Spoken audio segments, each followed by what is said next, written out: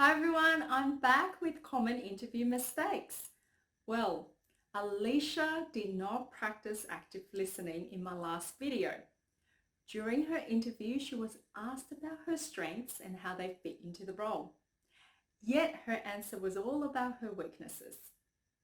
Well, today the interview continues. We will see how Alicia makes the sixth common interview mistake, not giving the relevant answer.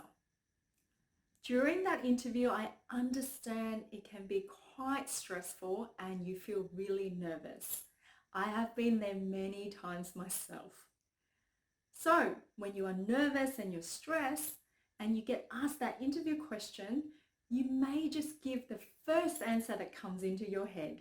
But have you thought about whether it's the most relevant answer? You don't get points for just giving any answer. It has to be the right answer. So let's watch Alicia and see how she makes this mistake. Let's just move on to the next question. So give me an example of a time where you actually led a critical project for the business that added value to the business. Great, that is an excellent question. So a situation I had with a business partner was he didn't respond to any of my queries. We were very late in deadlines because of that. He was also extremely difficult whenever I interacted with him. So my objective in this situation was to rebuild the relationship, understand why he was being difficult, and see if I can set up projects to help him with his business challenges. So the first thing I did was set up a one-on-one meeting with him. I asked him questions about why he was delayed in his responses to us.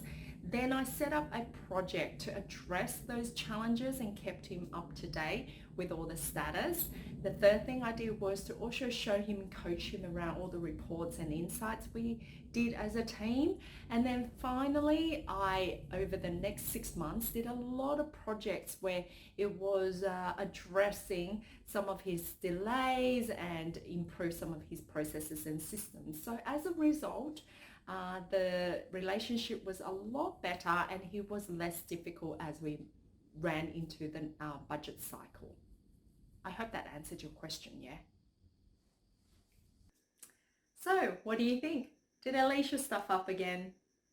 The fact that she had to ask at the end of the answer whether she answered the question properly or not is a clue that she wasn't so confident herself. Now, how do we fix this mistake?